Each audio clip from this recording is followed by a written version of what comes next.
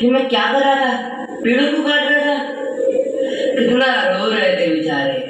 और स्कूल में भी तो कहा था पेड़ को नहीं काटना चाहिए, पर अब मैं करूँ भी तो करूँ क्या। घर भी नहीं जा सकता और यहाँ इस जंगल में भी नहीं रह सकता। कौन है? हेलो हेलो, कोई है? अरे कोई है तो सामने आए। अरे अम्मा सॉरी।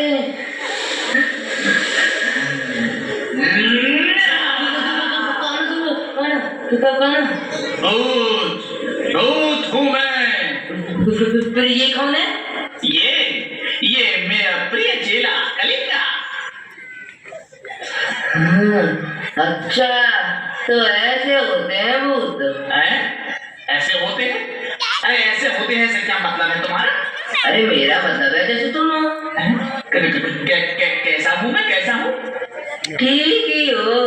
फिर अजीब से कपड़े क्यों पहन रखे हैं? कोई हीरो बनने का शौक था क्या? अरे तुमने तो सरदार के मन की बात छीन ली। वो भी एक हीरो बनना चाहते थे, बिल्कुल अमिताभ बच्चन की तरह। फिर भूत कैसे बन गए?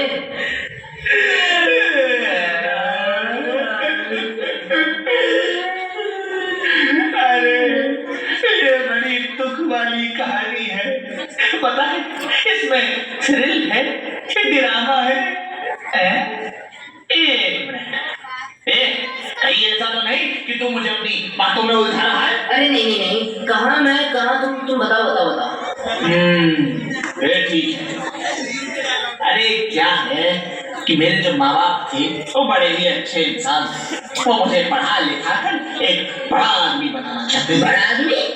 इतने लंबे चौड़े तो हो, और कितना बनना चाहते थे? अरे सरदार का मतलब ये नहीं, सरदार का मतलब है अच्छा इंसान, जो आजकल कोई नहीं बनना चाहता। फिर क्या, सरदार एक नंबर के निकट्टू, नाकारा, बेशरम और और बड़ों की बात करनी मानते थे। सॉरी भाई बैठिए। सॉरी। बड़े तो बिल्कुल मेरी तरह थे। तेरी तरह? मतलब तू पढ़ाई लिखाई नहीं करता? नहीं, बड़ों की बात नहीं मानता ना। स्कूल भी नहीं जाता? बिल्कुल ना। पर मैं घर छोड़ के आ गया हूँ, अब कुछ बंद कर ही रखूंगा।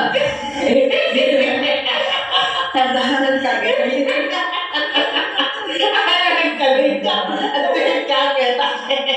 अरे भाई एक बात बता, बिना पढ़ाई लिखाई किए, बिना ज्ञान हासिल करे तू बन क्या लेगा? हमारी तरह भूत? सरदार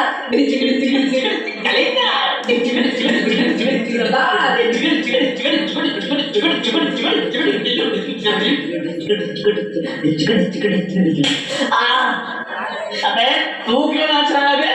पहले तुम बताओ, तुम क्यों नाच रहे थे? अरे तू तो बिल्कुल बेवकूफ है।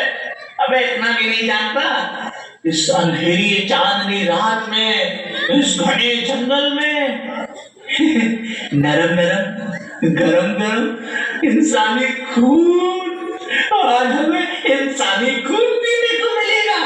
वैसे भी हम दोनों जंगली जानवरों का खून पी कर और हो गए थे। एकदम सही सरदार। आप एक काम करो, खाना तैयार करो और मैं अभी आता हूँ प्लेट लेकर। बिल्कुल मलेगा, तू जा बाकी तैयारी कर, अब मैं यहाँ पे खाना रेडी करता हूँ। तुम तो मेरे बुद्धू हो, तुम इतना पढ़े कहाँ पढ़े? लगता है किसी साइंटिफिक अप्रोच वाले स्कूल में नहीं पढ़े। तुम में तो बिल्कुल भी कॉमन सेंस नहीं है। Common sense? अरे ये कॉमन सेंस क्या होता है भाई? अरे कमाल है भाई, कॉमन सेंस तो हमारे स्कूल की अम्मा भी जानती है। अरे तो लेकिन ये होता क्या है? हमारी मैडम तो इसे एजुकेशन के सबसे बढ़िया फल बताती हैं।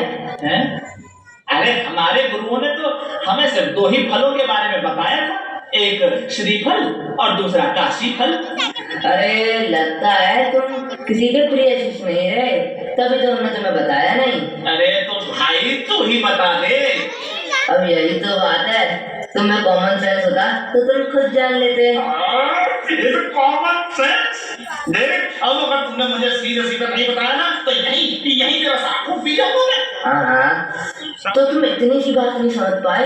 एक मनुष्य इतनी रात गए इस घने जंगल में अकेला निहत्था कर के आया है। अरे भूत को भी देख के अपने सामने नहीं डरा? अरे मुझे सीधे सीधे बता, वरना वरना क्या? वरना तुम मुझे खा जाओगे? नहीं, लल्ला लल्ला लोरी का सुनाऊंगा तुझे। बताता हूँ। हाँ बता। तो सुनो, हमारे देश के जो राजा है ना, उनके बेटे को एक बहुत खतरनाक बीमारी हो गई है। तो उन्हें कहीं दिखाया नहीं? अरे भाई दिखाया एम्स, अपोलो, लीलावती, सरकारी प्राइवेट सब में दिखा दिया। अरे तो किसी अच्छे डॉक्टर को नहीं दिखाया? अरे डॉक्टरों को दिखाया पर कोई आराम नहीं। तभी उन्हें कि मेरे जैसे निगट्टू विद्वान ने सुझाव दिया, यदि कोई राजकुमार के सामने 101 भूतों की आत्मा जलाए तो राजकुमार ठीक हो सकते हैं। अच्छा, फिर क्या? तुमने अपनी मन की बात रेडियो पे अनाउंस कर दी। सुनो सुनो सुनो, सुबह को और शाम को हर खासो आम को ये इत्तला दी जाती